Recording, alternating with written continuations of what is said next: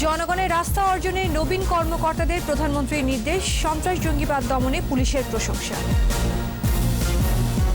নতুন বছরে রোহিঙ্গা প্রত্যাবাসন শুরুর বিষয়ে আশাবাদী পররাষ্ট্রমন্ত্রী, ভাষাঞ্চর নিয়ে বিদেশিদের অপপ্রচারের অভিযোগ। উন্নয়ন সহ্য করতে পারে না বিএনপি বললেন ওবায়দুল কাদের। 2022 সালের জুনের আগে শেষ হচ্ছে 4 মেগা প্রকল্প। পিকে হালদারের বিষয়ে তথ্য দিয়েছে কানাডা, হাইকোর্টকে জানালো দুদক। ক্ষতিগ্রস্ত 4 জনকে পক্ষভুক্ত করার নির্দেশ। ময়মনসিংহের তারাকান্দায় বাস অটোরিকশার সংঘর্ষে নিহত 7, পাবনায় প্রাণ গেল আরও 3 জনের।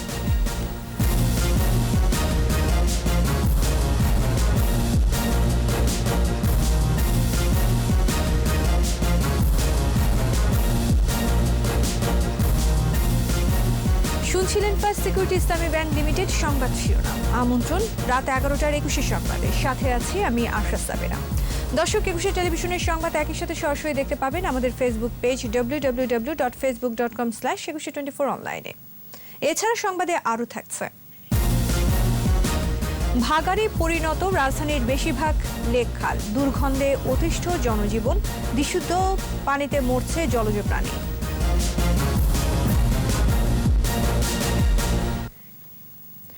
অপরাধ দমনে জনগণকে সঙ্গে নিয়ে পুলিশকে কাজ করতে হবে। তাই মানুষের আস্থা ও বিশ্বাস অর্জন করতে নবীন পুলিশ কর্মকর্তাদের নির্দেশ দিয়েছেন প্রধানমন্ত্রী শেখ হাসিনা।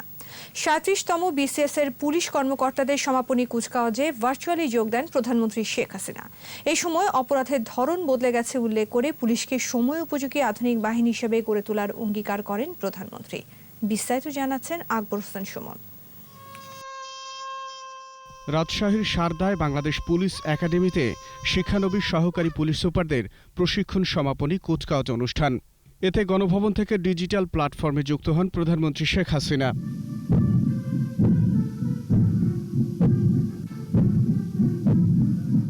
প্রধানমন্ত্রীর পক্ষে প্রশিক্ষণের শ্রেষ্ঠত্ব অর্জনকারী নবীন কর্মকর্তাদের হাতে পদক তুলে দেন স্বরাষ্ট্রমন্ত্রী। পরে 37তম বিসিএস এর নবীন পুলিশ কর্মকর্তাদের শপথ বাক্য পাঠ করান সিনিয়র কর্মকর্তারা। দেশের আইন শৃঙ্খলা রক্ষা। আনুষ্ঠানিকতা শেষে স্বাগত বক্তব্য রাখেন প্রধানমন্ত্রী। সন্ত্রাস ও জঙ্গিবাদ দমনে পুলিশের প্রশংসা করে মানুষের আস্থা অর্জনের তাগিদ দেন তিনি। মানি লন্ডারিং, সাইবার ক্রাইম, মানব পাচার ইত্যাদি, এগুলো শুধু বাংলাদেশ না, এটা একটা বলতে গেলে একটা বৈশ্বিক ক্রাইম। এই ক্রাইম থেকে দেশকে রক্ষা করা, তাছাড়া সন্ত্রাস জঙ্গিবাদ দমন করা এবং মাদক যেটা আমাদের সমাজকে করে করে খাচ্ছে, সেখানে কিন্তু পুলিশ অনবদ্য ভূমিকা রেখে যাচ্ছে এবং এটাকে আরও দক্ষতার সাথে দমন করতে হবে। সময়ের সাথে সাথে অপরাধের ধরন বদলে গেছে উল্লেখ করে পুলিশের আধুনিকায়নে প্রয়োজনীয় পদক্ষেপ নেওয়ার নির্দেশ দেন প্রধানমন্ত্রী। পৃথিবী এগিয়ে যাচ্ছে, প্রযুক্তি বৃদ্ধি পাচ্ছে, ক্রাইমের ধরনটাও বদলে যাচ্ছে, কিন্তু তার সঙ্গে তাল মিলিয়েই আমাদের চলতে হবে। সেই জন্যই আমরা বিভিন্ন পদক্ষেপ হাতে নিয়েছি, পুলিশের যাতে আরও উন্নতি হয় এবং দেশের মানুষের নিরাপত্তার জন্য নিশ্চিত করতে পারি। আইনের শাসন প্রতিষ্ঠা ও মানুষের সেবা নিশ্চিত করার লক্ষ্য নিয়ে কাজ করতে নবীন কর্মকর্তাদের নির্দেশ দেন সরকার প্রধান। আমাদের মনে রাখতে হবে যে আইনের শাসন প্রতিষ্ঠা করা, মানুষের সেবা দেওয়া, মানুষের জীবন মান উন্নত করা, এটাই হচ্ছে আমাদের সবথেকে বেশি প্রয়োজন। তোমাদের শৃঙ্খলা, পেশাদারিত্ব, সততা এবং নৈতিক মূল্যবোধ নিয়ে চলতে হবে, সবসময় দেশের মানুষের পাশে থাকতে হবে, মানুষের সেবা করতে হবে। 2041-এর সৈনিক হিসেবে উল্লেখ করে তরুণ কর্মকর্তাদের দায়িত্বশীল ভূমিকা রাখার আহ্বান জানান প্রধানমন্ত্রী। মানুষের ভালোবাসা অর্জন করতে পারলে, আস্থা বিশ্বাস অর্জন করতে পারে, তো পুলিশ সংখ্যার প্রয়োজন হবে না, মানুষকে সাথে নিয়েই এদেশে যে কোনো অপরাধ দমন করা যাবে। আকবর হোসেন সুমন, 21 টেলিভিশন, ঢাকা। নতুন বছরে রোহিঙ্গা প্রত্যাবাসন শুরু হবে বলে আশা করছেন পররাষ্ট্রমন্ত্রী ডক্টর একে আব্দুল মোমেন। সংবাদ সম্মেলনে জানিয়েছেন, রোহিঙ্গাদের ফিরিয়ে নিতে মিয়ানমারকে চিঠি দেওয়া হয়েছে। পররাষ্ট্রমন্ত্রীর অভিযোগ, ভাষাঞ্চর সম্পর্কে ভালোভাবে না জেনে বিদেশি বিভিন্ন মহল মিথ্যাচার করছেন। রিপোর্টে আরও জানাচ্ছেন মোহাম্মদ নুরুন নবী।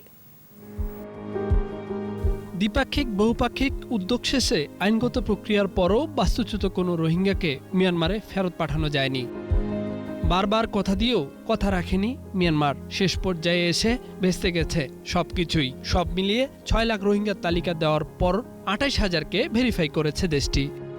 এই যখন অবস্থা, তখন গত বৃহস্পতিবার জাতিসংঘে মিয়ানমারের বিরুদ্ধে আনা একটি প্রস্তাবের পক্ষে ভোট দিয়েছে ১৩২টি দেশ, বিপক্ষে ৯টি এবং কৌশলগত কারণে ভোটদানে বিরত থেকেছে ২৬টি দেশ। এসব দেশকে আবারও চিঠি লিখে রোহিঙ্গাদের প্রত্যাবাসনের চাপ দেওয়ার অনুরোধ জানিয়েছে পররাষ্ট্র মন্ত্রণালয়। এমনকি মিয়ানমারকেও প্রতিশ্রুতি রক্ষার অনুরোধ জানিয়ে চিঠি দেওয়া হয়েছে।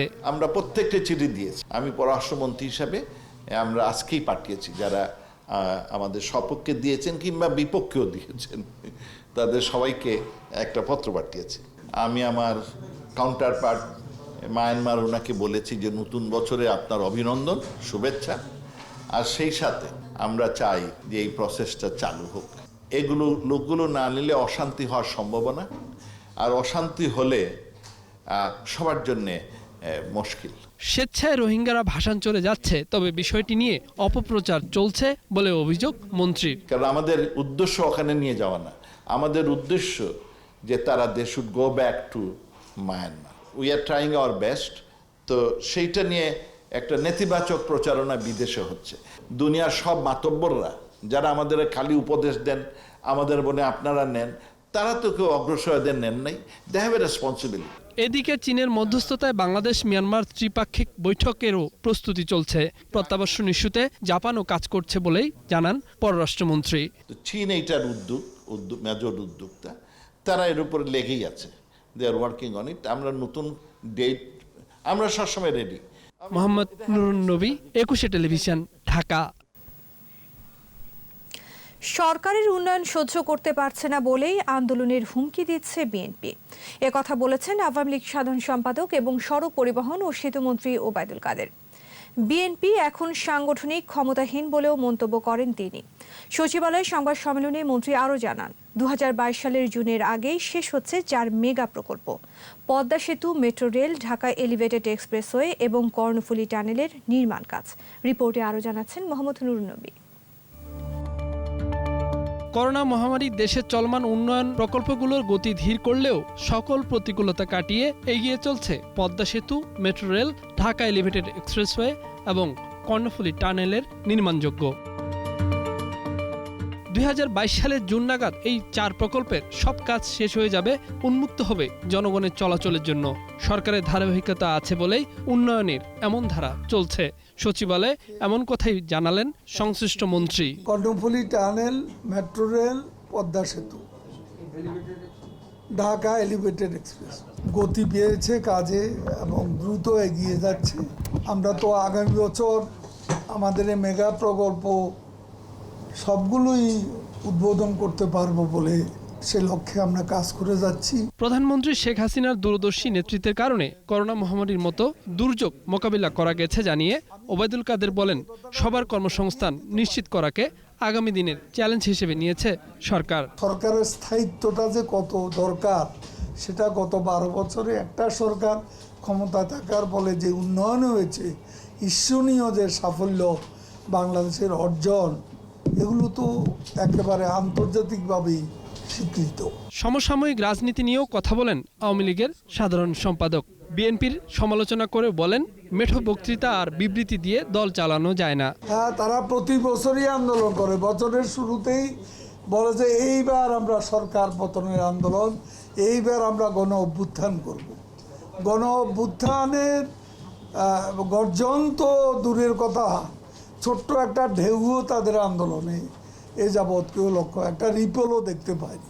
স্থানীয় সরকার নির্বাচনে দলের নির্দেশ অমান্যকারীরা জয়ী হলেও তাদের আর ফিরিয়ে নেওয়া হবে না বলেও জানান ওবায়দুল কাদের। নিজেদের লোককে ছাড় দিলে তো এটা আরও দুর্নীতি বলুন, অনিয়ম বলুন, সেগুলোর আরও বিস্তার ঘটবে। মোহাম্মদ নুরুন নবী, ২১ টেলিভিশন, ঢাকা। পিকে হালদারের বিষয়ে কানাডা সরকার সুনির্দিষ্ট তথ্য দিয়েছে বলে হাইকোর্টকে জানিয়েছেন দুদক। অর্থ পাচার মামলায় সাবেক প্রধান বিচারপতির মেয়ে নাশিদ কামাল সহ ক্ষতিগ্রস্ত ৪ আমানতকারীকে পক্ষভুক্ত করারও নির্দেশ দিয়েছেন হাইকোর্ট। এ মামলার পরবর্তী শুনানি ৫ জানুয়ারি। শাকির আরজুর রিপোর্ট। ব্যাংকপাড়ার আলোচিত ব্যক্তি প্রশান্ত কুমার হালদার, যিনি পিকে হালদার নামেই পরিচিত, তার প্রতিষ্ঠানে অর্থ জমা দিয়ে প্রতারণার শিকার হননি এমন লোকের সংখ্যাও কম নয়। পিকে হালদারের পিপলস লিজিংয়ে প্রতারণার শিকার ক্ষতিগ্রস্ত 4 আমানতকারী রোববার হাইকোর্টে জবানবন্দি দিয়েছেন। এর মধ্যে রয়েছেন সাবেক প্রধান বিচারপতির মেয়ে, একজন বীর মুক্তিযোদ্ধা ও একজন ক্যান্সারে আক্রান্ত রোগী। সকলেই অর্থ ফেরত চান। মুস্তফা জামান আব্বাসী আমার চাচা, ওনার একটা বড় অ্যামাউন্ট এখানে আছে। আব্বাসউদ্দিন আহমেদ সাহেবের বাসাটা বিক্রি করে উনি যেটা পেয়েছিলেন, আমরা আমাদের আমানত ফেরত চাই। আমার বৃদ্ধ মায়ের চিকিৎসার জন্য এই টাকাটা আমি আমানত হিসেবে রেখেছিলাম। আমি আমার টাকা চাই, আমার মরণোত্তর খেতাব চাই না। তো আমার প্যানক্রিয়াসের যে ক্যান্সার, তা এটার জন্য আমি কোনো রকম চিকিৎসা করাতে পারতেছি না, তাহলে এই চিকিৎসা খরচাটা কে দিবে? এদিকে দুদকের আইনজীবী হাইকোর্টকে লিখিতভাবে জানিয়েছে, ইন্টারপোলের ওয়ারেন্টভুক্ত পিকে হালদারের বিষয়ে সুনির্দিষ্ট কিছু তথ্য দিয়েছে কানাডা। কানাডায় পিকে হালদারের ভাই ও তার প্রতিষ্ঠানের খোঁজ পাওয়া গেছে বলেও উল্লেখ করে দুদক। আমাকে নির্দেশ দেওয়া হয়েছে, আপনি ওই সেখানের কথাগুলি এফিডেভিট আকারে আপনি এটা দাখিল করে দেন, এটা আগামী পরশু দিন আমার লিস্টে আসবে। তার যে কোম্পানির অ্যাড্রেস পাওয়া গিয়েছে, সেই কোম্পানির অ্যাড্রেসটার নাম, অ্যাড্রেস, ইভেন কি তার ভাইয়ের ড্রাইভিং লাইসেন্সের নাম্বারও পাওয়া গেছে, সেটা আমরা কোর্টে আজকে দাখিল করি। এদিকে পিকে হালদারকে গ্রেফতারের বিষয়ে ইন্টারপোল রেড অ্যালার্ট জারি করতে প্রয়োজনীয় কাগজপত্র চেয়েছে এনসিবি। ওদের ছবি, ফিঙ্গারপ্রিন্ট যদি থাকে, এই সমস্ত কাগজপত্রগুলো ওনারা এনসিবি চেয়েছে এবং দুদকের পক্ষ থেকে বলা হয়েছে ওনারা সর্বশেষ 29/12-তে এই সমস্ত কাগজপত্র জমা দিয়েছেন। প্রায় 3.5 কোটি টাকা নিয়ে দেশ থেকে পালিয়ে যাওয়ার পর পিকে হালদারের কিছু সম্পত্তি ক্রোক করার নির্দেশ দেয় আদালত। দেশে ফেরা মাত্রই তাকে গ্রেফতারের হাইকোর্টের নির্দেশও রয়েছে। শাকেরা আরজু, 21 টেলিভিশন, ঢাকা। দূষণ আক্রান্ত রাজধানীর লেক খালের বেশিরভাগই এখন ভাগাড়ে পরিণত। নেই পানি নিষ্কাশনের ব্যবস্থা, তার ওপর সুয়ারেজের লাইন এসে মিলেছে লেকগুলোতে। দূষিত পানির কারণে মরে যাচ্ছে জলজ প্রাণী, আবদ্ধ পানিতে জন্ম নিচ্ছে মশা, দুর্গন্ধে অতিষ্ঠ আশেপাশের মানুষ। পরিবেশবাদীরা বলছেন, দ্রুত ব্যবস্থা না নিলে জীবন ঘাতী হয়ে উঠবে রাজধানীর লেক খাল। মইনুল হোসেন মাসুদের ক্যামেরায় আদিত্য মামুনের রিপোর্ট। মুক্ত আর খোলা জায়গা পেলেই সেখানে সকাল বিকাল হাঁটতে আসেন অনেকেই। অবসর কাটাতেও লেক পারে থাকে মানুষের সমাগম। তবে লেকের পানি পরিবেশ ও জীবন বান্ধব নয়, নানা কারণে হয়ে উঠছে দূষিত, বিষাক্ত। ধানমন্ডি লেকের নান্দনিক সৌন্দর্য টানে সব বয়সী মানুষকে। ময়লার স্তূপে দিন দিন রূপলাবণ্য হারাচ্ছে লেক। প্রবাহ না থাকায় পানিতে জন্ম নিচ্ছে ডেঙ্গু, চিকুনগুনিয়া সহ নানা রোগের জীবাণু। কাছাকাছি চিত্র গুলশান লেকেরও। দেখে মনে হয় লেকের নিজস্ব কোনো পানি নেই। চারদিক থেকে নর্দমা যেন লেকে বিষ ঢালছে। কোথাও কোথাও লেকের উপর দাঁড়িয়ে আছে বহুতল ভবন। কিছুটা ভালো হাতের ঝিল, তবে পানি দূষণ থেকে মুক্ত নয়। দূষণ আর দখল আছে খালগুলোতে। দেখে বোঝার উপায় নেই কখনো এইসব খালে ছিল জলের প্রবাহ। দখল দূষণে নিশ্চিহ্ন রাজধানীর বহু খাল। মাটিটা ভরাট হয়ে গেছে, এই মাটিটা সরাইতে হবে। জামটা সরাই দিলে ক্লিয়ার হয়ে গেলে মনে হয় মোটামুটি আমাদের এখানটা ক্লিয়ার হয়ে গেল। বাচ্চাদের সমস্যা, প্রত্যেকটা মানুষের সমস্যা এখানে যাওয়া করা। এতটুকু রাস্তার ভিতরে যাওয়া, একটা পড়ে মানুষ পড়ে গেলে তো ড্রেনের ভিতরে পড়বো আমরা। খাল ও লেক বাঁচাতে সমন্বিত উদ্যোগের কথা জানান এই পরিবেশবিদ। লেক খালের আদি রূপ পুনরুদ্ধার করে দূষণ রোধ করা গেলে বাঁচবে প্রাণ প্রকৃতি। খালগুলো রক্ষা করার জন্য যে একটি সমন্বিত পরিকল্পনা দরকার এবং সেই পরিকল্পনার বাস্তবায়ন কতটুকু সাফল্যের সাথে করলেন তার উপর নির্ভর করবে ঢাকার খালগুলো এবং ঢাকার জলাবদ্ধতা এবং ঢাকার পরিবেশ ভবিষ্যতে কি হবে। খাল লেকের এমন পরিস্থিতির কারণে রাজধানীতে জলাবদ্ধতা প্রকট হয়ে দেখা দেয় বলেও মনে করেন তিনি। জলাবদ্ধতার পিছনে কিন্তু এই ঢাকা শহরের খালগুলোর যে পানি নিষ্কাশন ব্যবস্থা। আদিত্য মামুন, 21 টেলিভিশন, ঢাকা। কোভিড-19-এ দেশে একদিনে আরও 27 জনের মৃত্যু হয়েছে। এর মধ্যে 15 জন মারা গেছেন ঢাকা বিভাগে। মৃতের সংখ্যা বেড়ে এখন 7,626। স্বাস্থ্য অধিদপ্তরের তথ্য অনুযায়ী সংক্রমণের 302তম দিনে দেশে 10,925 জনের করোনা পরীক্ষায় শনাক্ত, 835। সংখ্যা বেড়ে 5,16,019। নতুন 978 জন সহ সুস্থ হয়েছেন 4,60,598 জন। 24 ঘন্টায় শনাক্তের হার 7.64%। ঢাকা বিভাগের সবচেয়ে বেশি মৃত্যু 4,192 জন এবং সবচেয়ে কম ময়মনসিংহ 171 জন। এ পর্যন্ত করোনা পরীক্ষা হয়েছে 32,60,000-এর বেশি।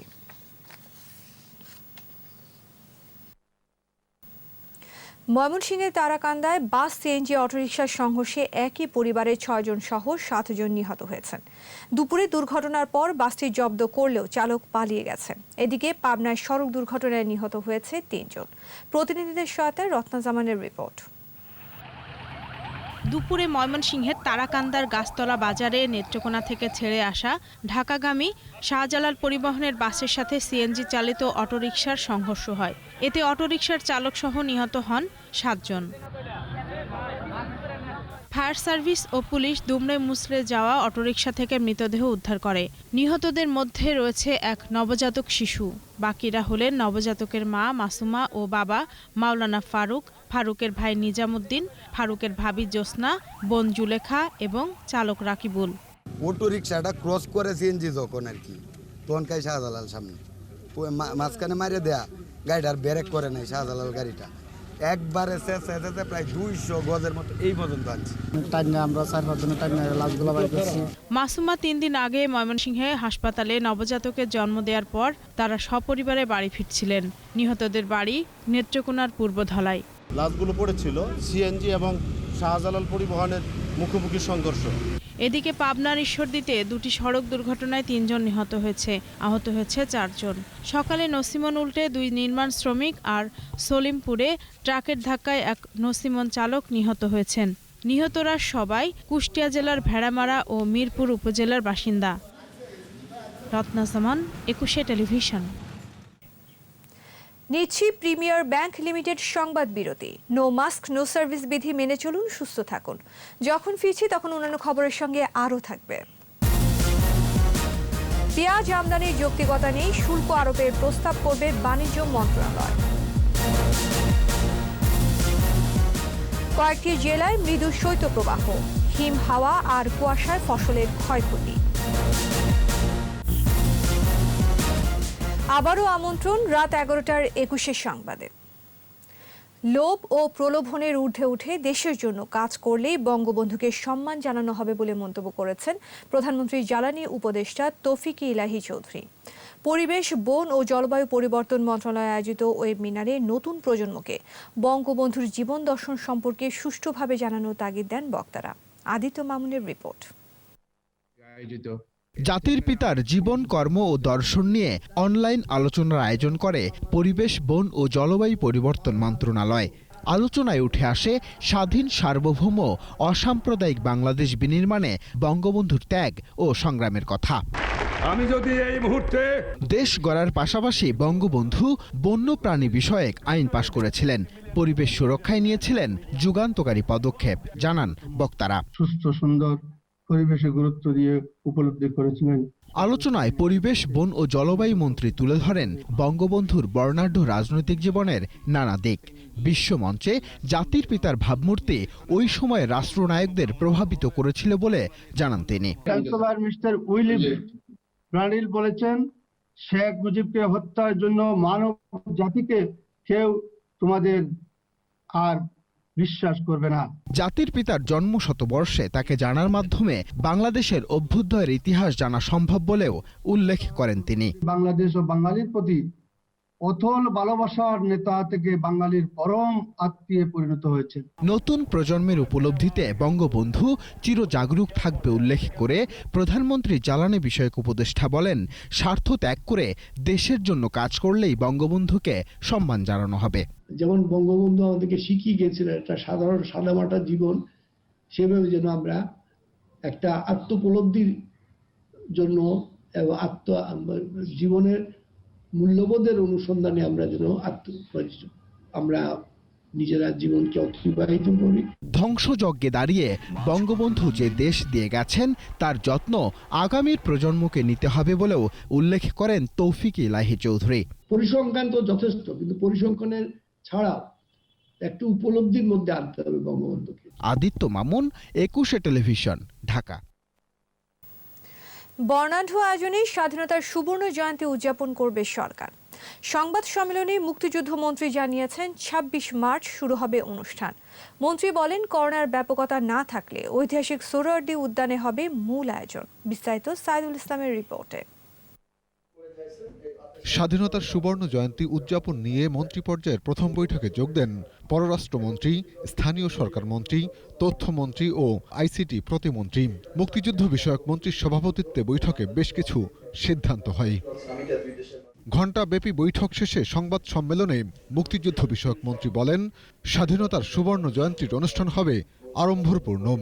বিদেশি অতিথিদের আমন্ত্রণ জানানোর পরিকল্পনা রয়েছে উদযাপন কমিটির। প্রাথমিক সিদ্ধান্ত অনুযায়ী থিম সং, লোগো ও ওয়েবসাইট নির্মাণের পরিকল্পনার কথাও তুলে ধরেন মন্ত্রী। তিনি জানান, চূড়ান্ত না হলেও উদ্বোধনী অনুষ্ঠানে সভাপতিত্ব করবেন প্রধানমন্ত্রী শেখ হাসিনা। ফেব্রুয়ারি মাসের মধ্যে যদি বিশ্বের পরিস্থিতিটা বা আমাদের দেশের করোনা অবস্থাটা একটু পরিবর্তন আসে, আমাদের প্রত্যাশা করছি, তাহলেই এক জায়গায় হবে। আর যদি ছোট আকারে হয় তাহলে আমরা প্যারেড স্কোয়ারে করবো। আর একটু বড় আকারে যদি করার মতো পরিবেশ থাকে তাহলে আমরা সরাসরি উদ্যানে করবো। বছরব্যাপী অনুষ্ঠানে পরবর্তী প্রজন্মকে মুক্তিযুদ্ধের চেতনায় উদ্বুদ্ধ করতে নানা আয়োজন থাকবে বলেও জানান মুক্তিযুদ্ধ মন্ত্রী। গ্রামে, হাটে, বাজারে সেগুলো প্রচার করতে পারি, মানুষ যেন সেগুলো দেখতে পারে, শর্ট ফিল্মগুলো। কারণ কথা শোনার চেয়ে দেখার মানুষের মধ্যে যে ধারণাটা হয় সেটা নাকি স্থায়ী হয় বেশি। স্কুল পর্যায়ে শিক্ষার্থীদের জন্য অনুষ্ঠান রাখা হয়েছে বলেও জানান মুক্তিযুদ্ধ বিষয়ক মন্ত্রী। শর্ট ফিল্ম ইত্যাদি ডকুমেন্টারি করে আমরা যেন প্রত্যেকটা প্রাইমারি স্কুল বেসলাইন ধরেছি শিক্ষা প্রতিষ্ঠান। আগামী ফেব্রুয়ারির মধ্যে অনুষ্ঠানের পূর্ণাঙ্গ রূপরেখা দাঁড় করানো হবে বলেও জানান মন্ত্রী। এবং প্রধানমন্ত্রীর সম্মতি নিয়ে এটা চূড়ান্তকরণ করে আপনাদের মাধ্যমে দেশবাসীর কাছে প্রচার করব। সাইদুল ইসলাম, 21 টেলিভিশন, ঢাকা। চতুর্থ ধাপে 56 পৌরসভার ভোট 14 ফেব্রুয়ারি, তফসিল ঘোষণা করেছে নির্বাচন কমিশন। রাজধানীর আগারগাঁও নির্বাচন কমিশন সচিবালয়ে তফসিল ঘোষণা করেন ইসি সচিব মোহাম্মদ আলমগীর। মনোনয়নপত্র দাখিল 17 জানুয়ারি, যাচাই বাছাই 19 জানুয়ারি ও প্রার্থিতা প্রত্যাহারের শেষ দিন 26 জানুয়ারি। 31টি পৌরসভার ইলেকট্রনিক ভোটিং মেশিন, ইভিএম এবং 25টিতে ভোট হবে ব্যালটে। স্বাস্থ্যবিধি মেনে ভোট হবে বলে জানান ইসি সচিব। সকাল 8টা থেকে বিকেল 4টা পর্যন্ত হবে ভোট।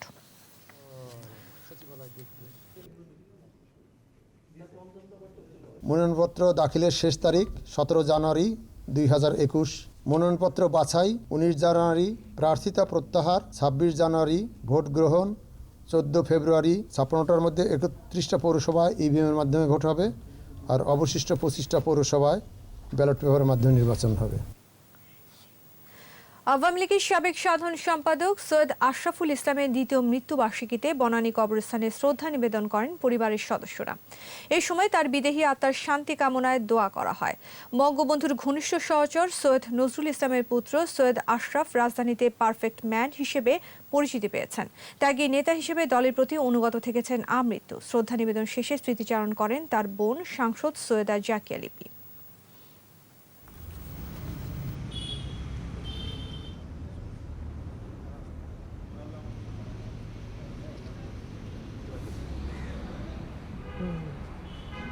আমার ভাই সৈয়দ আশরাফুল ইসলাম সৎ এবং আদর্শের রাজনীতি করে গেছেন, এবং আমার আগামী প্রজন্মের কাছে এটাই আবেদন থাকবে যে আমার ভাই সৈয়দ আশরাফুল ইসলামের জীবন থেকে শিক্ষা নিয়ে যেন সৎ এবং আদর্শের রাজনীতি করে। ভরা মৌসুমে কৃষক যাতে পেঁয়াজের ন্যায্য দাম পায় সেজন্য আমদানিতে শুল্ক আরোপ করতে জাতীয় রাজস্ব বোর্ডের কাছে প্রস্তাব করবে বাণিজ্য মন্ত্রণালয়। সংবাদ সম্মেলনে বাণিজ্যমন্ত্রী টিপু মুন্সি জানান, মার্চে দেশে উৎপাদিত পেঁয়াজের বাজার চলে আসবে। এ অবস্থায় আমদানির কোনো যৌক্তিকতা নেই। মন্ত্রী বলেন, বিশ্ব বাণিজ্য সংস্থার অধীনে থাকায় আমদানি পুরোপুরি বন্ধ করা যাবে না ঠিকই, কিন্তু কোনো অবস্থাতেই কৃষককে ক্ষতিগ্রস্ত করা যাবে না। সেপ্টেম্বর অক্টোবরে পেঁয়াজের সংকট হয় উল্লেখ করে জানান, জুন জুলাইয়ে উৎপাদন করা যায় এমন জাত আনা হবে।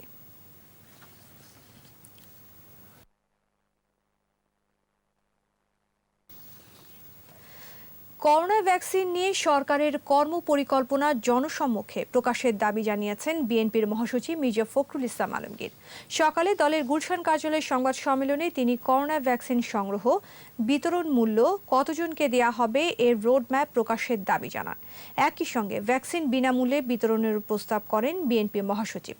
ভ্যাকসিন নিয়ে যেন কোনো রকম দুর্নীতি না হয় সেটাও নিশ্চিত করতে হবে বলে মন্তব্য করেন মির্জা ফখরুল।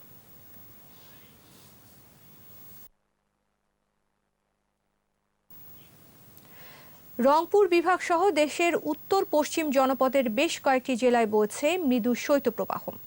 দিনে রোদ থাকলেও সন্ধ্যা থেকে সকাল পর্যন্ত ঘন কুয়াশার চাদরে ঢাকা থাকে চারদিক। কনকনে ঠান্ডা আর কুয়াশায় বড় বীজতলা সহ ক্ষতি হচ্ছে বিভিন্ন ফসলের।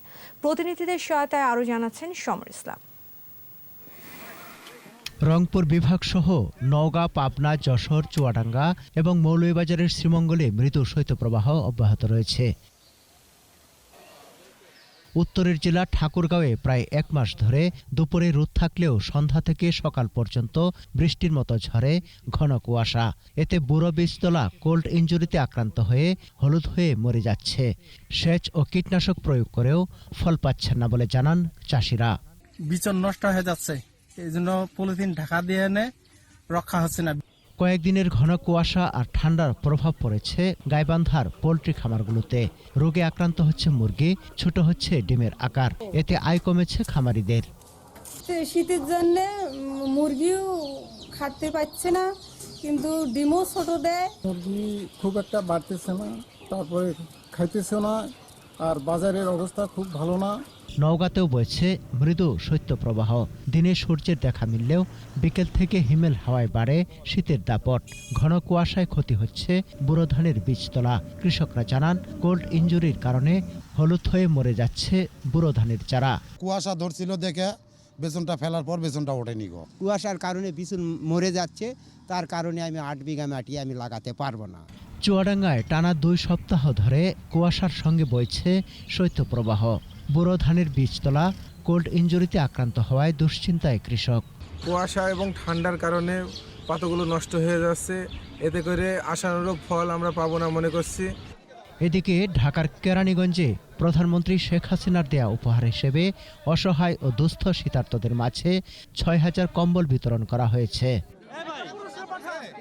নাটোরের সিংড়ায় শীতার্ত অসহায় মানুষের মাঝে শীতবস্ত্র বিতরণ করেছেন তথ্য ও যোগাযোগ প্রযুক্তি প্রতিমন্ত্রী জুনায়েদ আহমেদ পলক। মানিকগঞ্জে অসচ্ছল ও প্রতিবন্ধীদের মাঝে কম্বল ও সেলাই মেশিন বিতরণ করা হয়েছে। সমর ইসলাম, 21 টেলিভিশন। নিচ্ছি প্রিমিয়ার ব্যাংক লিমিটেড সংবাদ বিরতি। নো মাস্ক নো সার্ভিস বিধি মেনে চলুন, সুস্থ থাকুন। যখন ফিরছি তখন অন্যান্য খবরের সঙ্গে আরও থাকবে।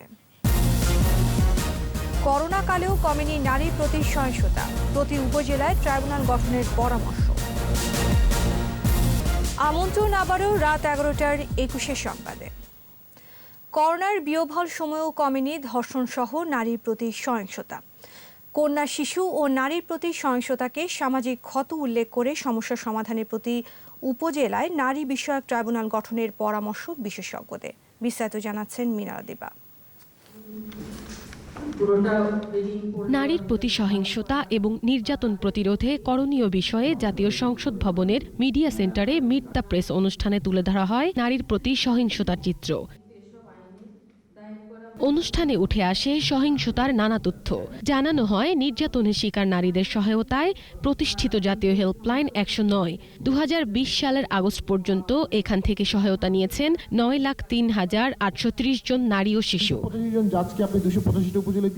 নারীর সহায়তায় প্রতিটি উপজেলায় নারী বিষয়ক ট্রাইব্যুনাল এবং মহিলা বিষয়ক কর্মকর্তা রাখা জরুরি বলছেন বিশেষজ্ঞরা। প্রত্যেক জেলায় একটা নারী পিপি দিতে পারি না, যে নারীর সংক্রান্ত যত মামলাগুলো হবে, নারীর অ্যাসল্ট, নারীর ইনডিসেন্ট অ্যাসল্ট, নারীর indecent proposal, attempt two rape, তার জন্য একজন নারী পিপি থাকবে।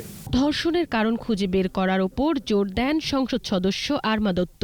পাশাপাশি আইনের সুষ্ঠু প্রয়োগ ও এই অপরাধ প্রতিরোধে সকলকে ঐক্যবদ্ধ হওয়ার আহ্বান জানান তিনি। এটা একটা সামাজিক ব্যাধি, মানে it's a social problem, it's a social disease.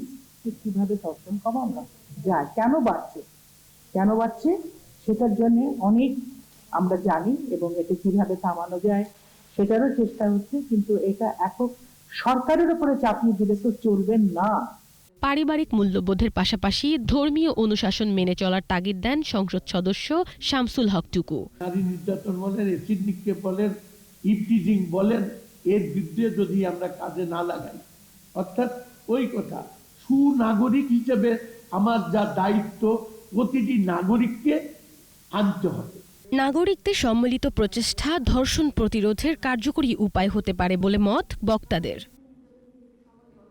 মিনালা দিবা, 21 টেলিভিশন, ঢাকা। এবার সোশ্যাল ইসলামী ব্যাংক লিমিটেড বাণিজ্য সংবাদ।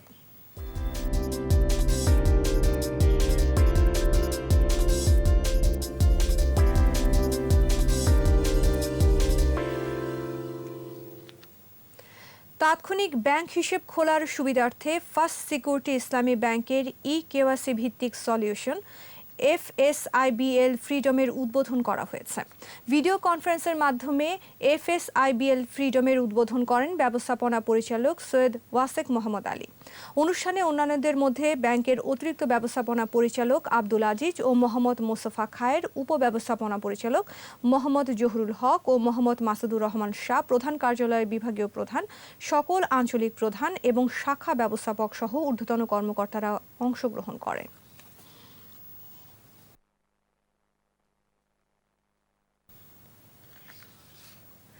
পহেলা জানুয়ারি 2021 থেকে স্ট্যান্ডার্ড ব্যাংক লিমিটেড পূর্ণাঙ্গ শরিয়া ভিত্তিক ইসলামী ব্যাংকে রূপান্তরিত হয়েছে। গেল 29 ডিসেম্বর 2020 তারিখে স্ট্যান্ডার্ড ব্যাংক বাংলাদেশ ব্যাংকের কাছ থেকে সম্পূর্ণরূপে শরিয়ার ভিত্তিতে কার্যক্রম পরিচালনার অনুমতি লাভ করে। এ উপলক্ষে ভার্চুয়াল প্ল্যাটফর্মে এক দোয়া মাহফিলের আয়োজন করা হয়। ব্যাংকের ব্যবস্থাপনা পরিচালক ও সিইও খন্দকার রাশেদ মাকসুদের সভাপতিত্বে আয়োজিত অনুষ্ঠানে ব্যাংকের চেয়ারম্যান ও FBCCIর প্রাক্তন প্রেসিডেন্ট কাজী আকরাম উদ্দিন আহমদ কেক কেটে ব্যাংকের আনুষ্ঠানিক উদ্বোধন করেন। এ সময় ব্যাংকের ভাইস চেয়ারম্যান অশোক কুমার সাহা সহ ঊর্ধ্বতন কর্মকর্তারা অংশগ্রহণ করেন। আর এরই সাথে শেষ করছি রাত 11টার 21 সংবাদ। যাবার আগে ফার্স্ট সিকিউরিটি ইসলামী ব্যাংক লিমিটেড সংবাদ শিরোনামগুলো আরও একবার। জনগণের আস্থা অর্জনে নবীন কর্মকর্তাদের প্রধানমন্ত্রীর নির্দেশ, সন্ত্রাস জঙ্গিবাদ দমনে পুলিশের প্রশংসা। নতুন বছরে রোহিঙ্গা প্রত্যাবাসন শুরুর বিষয়ে আশাবাদী পররাষ্ট্রমন্ত্রী, ভাষান্তর নিয়ে বিদেশিদের অপপ্রচারের অভিযোগ। উন্নয়ন সহ্য করতে পারে না বিএনপি, বললেন ওবায়দুল কাদের। 2022 সালের জুনের আগেই শেষ হচ্ছে 4 মেগা প্রকল্প। পিকে হালদারের বিষয়ে তথ্য দিয়েছে কানাডা, হাইকোর্টকে জানালো দুদক। ক্ষতিগ্রস্ত 4 জনকে পক্ষভুক্ত করার নির্দেশ। ময়মনসিংহের তারাকান্দায় বাস অটোরিকশার সংঘর্ষে নিহত 7, পাবনায় প্রাণ গেল আরও 3 জন।